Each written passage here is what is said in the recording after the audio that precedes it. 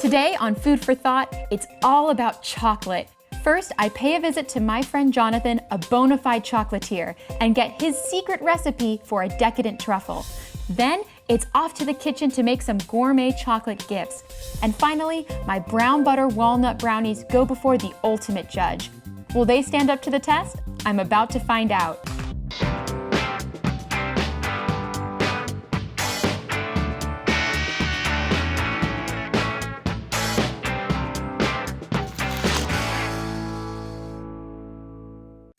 Who doesn't love chocolate? It's sort of our ultimate sweet. Versatile, decadent, and exotic. I'm stopping in to visit my friend Jonathan, who I'm pretty sure has the best job ever. He's a chocolatier, and he's going to show me everything I need to know about my favorite ingredient, chocolate. Hello. Hey Claire, how are you? I'm well, how are you doing? Good. We are making chocolate truffles today. Oh my gosh, I've eaten so many of them, but I've never made them with you. So, would you like to help me? Oh my gosh, yes. Okay. We're making chocolate truffles. What is the steps there? Like I know that there's an exterior, there's sort of a hard chocolate shell, and then there's the beautiful creamy ganache on the inside. Right, and ganache is chocolate infused with cream and a little bit of butter and then whatever other ingredient we're throwing into it. So today we're making Mexican hot chocolate, which is going to be spicy and savory with a little bit of cayenne and cinnamon. Oh gosh, it's one of my favorite flavors of yours. I know, so we're going to have to eat the batter too. Yes.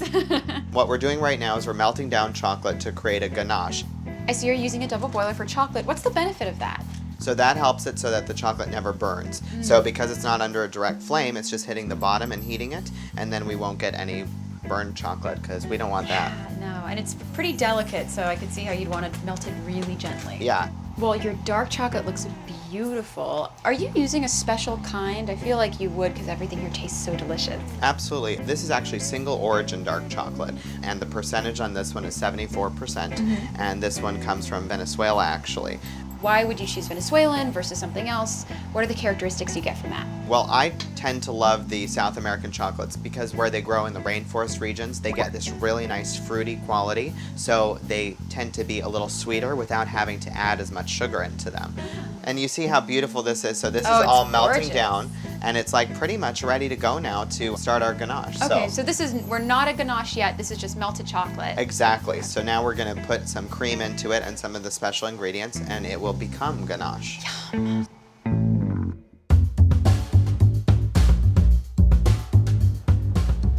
All right, well, looks like we're starting to do something. Yes, so we are ready to make ganache. So we've got our beautifully melted chocolate. So let's pour the cream into the chocolate to start our ganache. You want to add it gradually, just like you're doing. Okay. And then we're going to whisk it together, just like so, and incorporate all the ingredients together. Wow, you can see how thick that chocolate is. Yeah. It's beautiful. I'm going to actually trade with you, Clara. And is there anything I should know about how I'm whisking this? So you want to continue to whisk it very gently, and you want to blend all the ingredients together, and as you can see, it's getting thicker and thicker, and that you're also cooling it down. So part of why you're whisking it is you're incorporating kind of the movement that's cooling it, because when we're going to pipe it into the shells, it can't be too hot or else it's going to melt the shell. So now, like at this stage, I would say we should add in the cayenne and the cinnamon. Ooh. So I'm just going to do it to taste. And I noticed that you're adding these ingredients at the end. I mean, does it have to do with anything other than just maintaining the texture? Well, part of why I'm adding these at the end is that part of what I enjoy about the Mexican hot chocolate truffle is the burn happens at the end.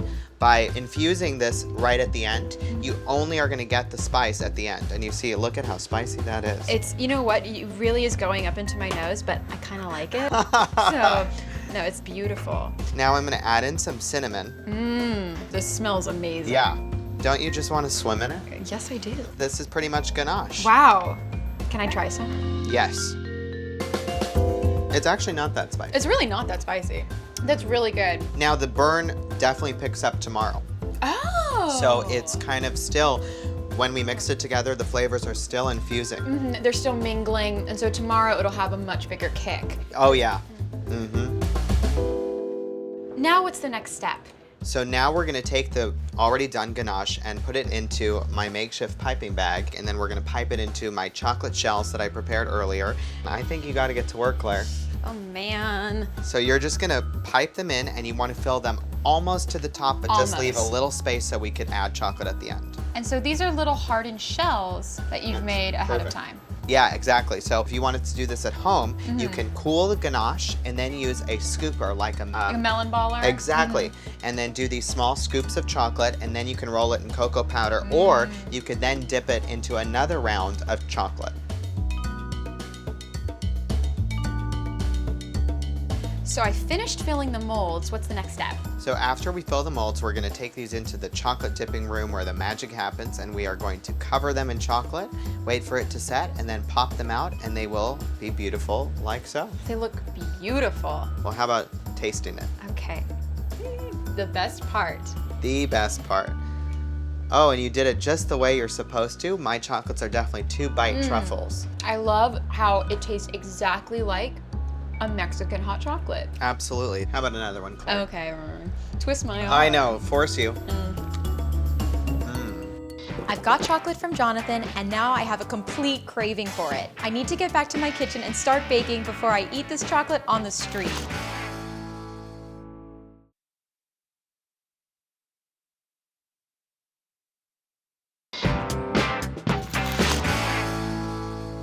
Okay, I've got some of my friend Jonathan's chocolate left over from my visit to his shop. So before I make the brownies I promised him, I'm going to get to work on some other recipes with chocolate I have been dying to try.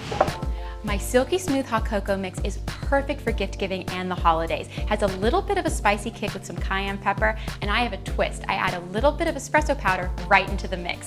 It's perfect when paired with my hot fudge sauce as a gift. It's great. I love this recipe because it's so simple to make and lets out my crafty side. It takes like 5 minutes and makes the perfect gift. Let's get started. So the base to any good hot cocoa mix is the cocoa powder. The thing here is you want to go high quality. It's a gift, it adds amazing flavor, and you will be using this stuff all the time. I'm using it all day today. So this is definitely important to start as a good base. So first I have some spices. I have some cayenne pepper, adds a little bit of a kick. It's not huge, it's really light heat, but what it does is when you sip the cocoa, you get a little bit of that spice. It goes down your throat, it kind of tingles your entire mouth. It is so good. And then I have a little bit of cinnamon, and this isn't meant to overwhelm the chocolate flavor. It shouldn't taste like cinnamon. It just adds a little hint of something, kind of like a warmth that just really mellows out all of the chocolate. It is so delicious. And I also am adding a little bit of nutmeg, and this is a nutmeg, so it is a whole spice, and I love using whole spices because they last much longer in your pantry, and the flavor is really stronger and just adds a little bit of something to it that I love. So I'm just gonna grate this, just like you would with lemon zest, right into the mix. Next, I'm going to add my sugars, and I have quite an eclectic medley going, but it adds so much to the flavor of the chocolate. So first up, white sugar, which is just really neutral. It adds a little bit of sweetness. It's great. Next, we have vanilla sugar, which I am kind of obsessed with. All you have to do is scrape a vanilla bean into some household sugar. Otherwise, you can buy it at the store as well, or you can just add some vanilla extract once everything's melted. And next, I have brown sugar. I love brown sugar and chocolate. It is such a beautiful combination. So I'm adding quite a bit because the sweetness factor is not as high as with the vanilla or the white sugar. It's more for flavor. And for sort of my little twist, I have espresso powder. And you can see it's just a little bit, it's not a ton, and it just adds a little bit of a kick, a little bit of a twist, so in it goes. And now just to really make this the ultimate hot cocoa, I'm also adding chocolate chips. And these are really small. That's so that they'll melt when you're making the hot cocoa on the stove. What it does is it adds this beautiful sort of liquid chocolate quality to the hot cocoa that is so delicious. Next, I'm just going to mix this together to incorporate all the flavors, because you don't want to get one hot cocoa that's really espresso flavored and another that's really spicy. So you need to make sure it's really well mixed together. And now I'm gonna put them in jars, and we have a ball jar right here. I'm just gonna pop it in like so. That took, what, 5 minutes? And you now have beautiful, delicious hot cocoa and gifts for everyone. Another one of my favorite chocolate treats is hot fudge sauce. It makes an amazing gift. It's one of those things that is really luxurious and rich, but it doesn't take a lot of time or a lot of money to make at home, so it's one of my absolute favorites to give out to friends for birthdays, holidays, whatever.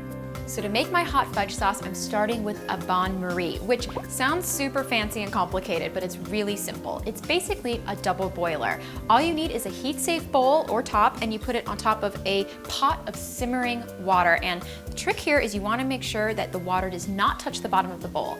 The reason why I'm doing this is, as we learned from Jonathan, you do not want to burn chocolate. It is just one of those mistakes that you cannot undo. So a double boiler or bain-marie ensures that that's not going to happen. It's going to melt really slowly and maintain that beautiful texture.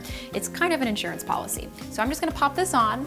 It's simmering right now, and it is going to just basically start melting and just coming together. This is the base of our hot fudge sauce. And after about 10 minutes, the dark chocolate and butter base should be completely melted. In the meantime, I have been simmering some cream, and I'm going to add our chocolate to this beautiful cream. It's gonna add so much richness and lovely flavor. I'm gonna whisk that together just so it's incorporated. Well, the hard part's over. Now all I have to do is add some ingredients. So first up, brown sugar, which I love with chocolate. It just adds a really beautiful kind of maple syrupy quality.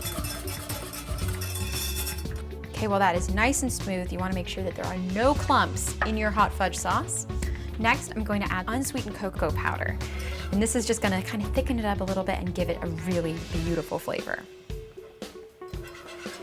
Okay, and now our corn syrup for viscosity. What this does is it ensures that the chocolate sauce will always stay really smooth. And corn syrup is one of those things you definitely do not want to have a lot of, but because this is such a decadent treat, I'm definitely okay including it. Plus, we actually need it in this recipe because it gives it the viscosity, and this is something that corn syrup really you can't replace. So corn syrup is really important to this recipe, but because it's a treat, I'm okay using it. And then we have corn starch, and I've added a little bit of water to this to create a slurry. And this makes sure that you don't get any cornstarch clumps in whatever you're adding it to. Looking good, in it goes. Okay, so I'm gonna turn this up a little bit and let it come to a simmer. And once it's simmered and kind of gotten to the right denseness that I'm looking for, I'm gonna add my vanilla extract because you don't wanna add vanilla on heat because it can get really easily burnt. So I have my hot fudge cooling and it's ready for me to add my vanilla extract. So I'm just gonna add a little bit. Oh, it smells so good. So this is ready to go. I mean, if I had some ice cream here, I could just drizzle this on right now, but I am gifting it, so I'm gonna start pouring it into jars.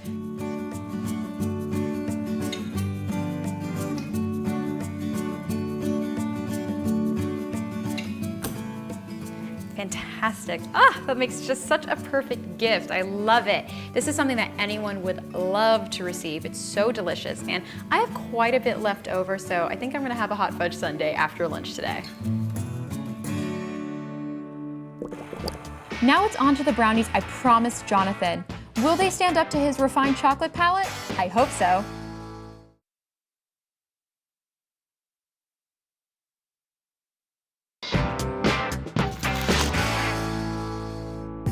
All this talk about chocolate makes me want to jump in and get baking. I've got some of my friend Jonathan's chocolate left over from my visit to his shop.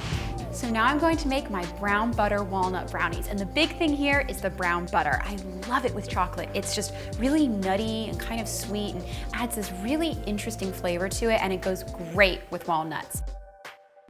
First, I'm going to sift together all of my dry ingredients, starting with the flour. And the reason why I do this is because you want to have a really consistent texture and make sure everything is fully integrated so you don't get any clumps of anything. Next, I'm going to add my cinnamon for a little bit of flavor, really nice spice, and cinnamon and walnuts are great together. Cayenne pepper for a little bit of heat. I love heat with my chocolate, so that's going in. A little bit of cocoa powder because it gives it a really rich sort of deep flavor and it goes great with the melted chocolate. So I'm just gonna hit this like so. And if you have a traditional sifter, you can totally use that too. So my dry ingredients are ready to go. I'm now going to go get my wet ingredients ready. And the reason why I'm keeping them separate from the beginning is because I'm going to be alternating them later in the recipe. And that's just to make sure they have a really even, beautiful texture.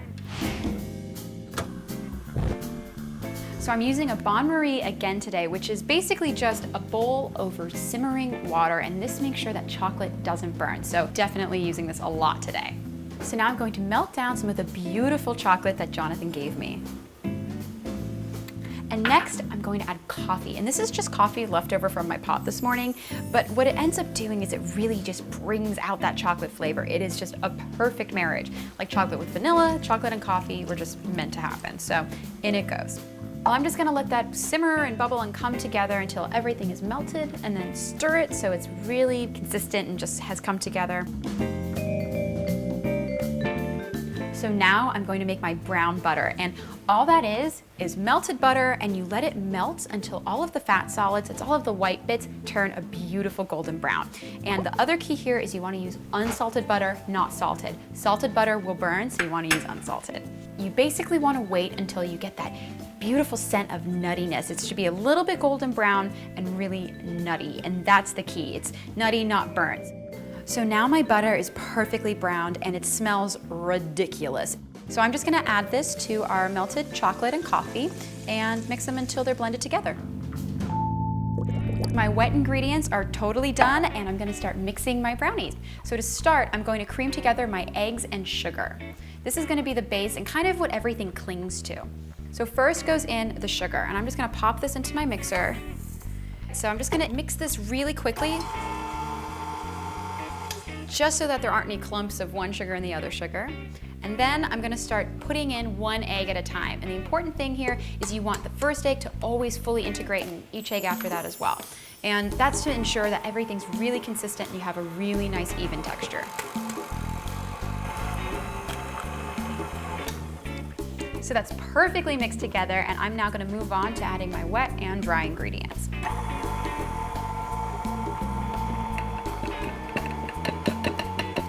So similar to the eggs, I'm gonna wait until everything just fully gets coated so it really mixes in there. Good, that looks good. I'm gonna add a little bit of my wet ingredients. The reason why I'm alternating wet to dry is because you wanna have a really consistent texture when you're baking. If you don't, you're gonna get weird little dry pockets, wet pockets. You're gonna have a very inconsistent brownie, and that is not a good thing.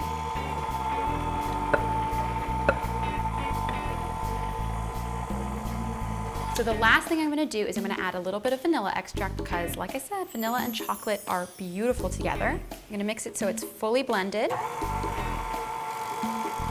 And now I'm gonna add chocolate chips because there's nothing like biting into a nice fudgy brownie and getting a pop of liquid chocolate. And I'm just gonna stir this by hand because I don't need to overmix it. Next, I'm going to pour this into a greased and floured baking dish. And the batter is a little bit liquidy, but the nice thing is that it bakes up really fudgy and dense. So the last step are putting the walnuts right on top, and I like using whole walnuts because they look beautiful on top of the brownie, really sophisticated when it comes right out of the oven. These are ready to go into the oven. I cannot wait to see what Jonathan thinks of them. My brownies came out perfectly. I'm setting these aside to cool, and I'm going to take them back to my friend Jonathan's chocolate shop for the ultimate critique. My brownies judged by a chocolatier. I'm kinda nervous. We'll find out the verdict when we come back.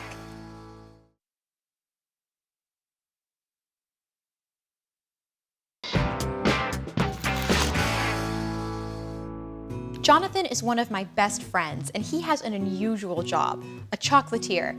Are my brownies worthy of his praises? Well, I brought you my brownies. They're Yay. brown butter walnut brownies. My favorite. Yes, and of course it has the Compartey's chocolate in it. So you took the bar and melted it down into the chocolate. Exactly, the chocolate is totally incorporated into the brownie, so. Can I eat some right now, yes, please? Yes, let's dig in. Let's Okay. dig in. Cheers. Okay, let me know how it is.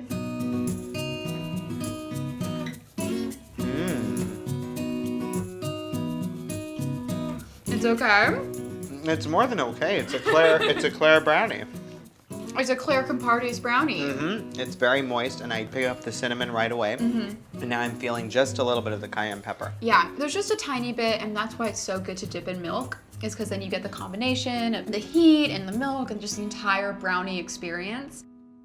So now that I tried your brownie, I have one more chocolate lesson for you. Ooh. So I prepared a plate, and it's got our milk chocolate, our semi-sweet / bittersweet, and our unsweetened kind of baker's chocolate. Oh, okay. Okay. Now the percentage is really important because it depends on how much cacao or cocoa is in there. Milk chocolate that's 40 to 50% cacao or even 60, the other percentage is made up of additives like sugar and milk, which doesn't necessarily mean that they're bad, it just means you have less cacao in the chocolate. What you have to do is actually at the store is to flip around the bar and see what the other ingredients are. And the goal is when you're looking at a chocolate bar like that, you want to find ingredients that you can understand. Absolutely. You can envision it, you know what that means, and the fewer ingredients, the better. Exactly. That's always my philosophy. You saw in the ganache, it was just chocolate, cream, some ingredients. There's no preservatives. Yeah. Nothing. The fun that I had with the brownies was that it reminded me of your truffles, where it's a blank canvas. You know, I was able to add cinnamon and cayenne, but maybe next week it'll be the brown butter and some crispy sage on top. You never know. There's a lot of fun stuff you can do with brownies and chocolate in general. And I look forward to all of the samples as you continue to create, Claire. I know. I'll have to come and bring you more batches as I keep baking. Can I have a weekly delivery of brownies, I please? think that can be arranged if I get a weekly delivery of truffles too. Okay, it's a deal. Okay.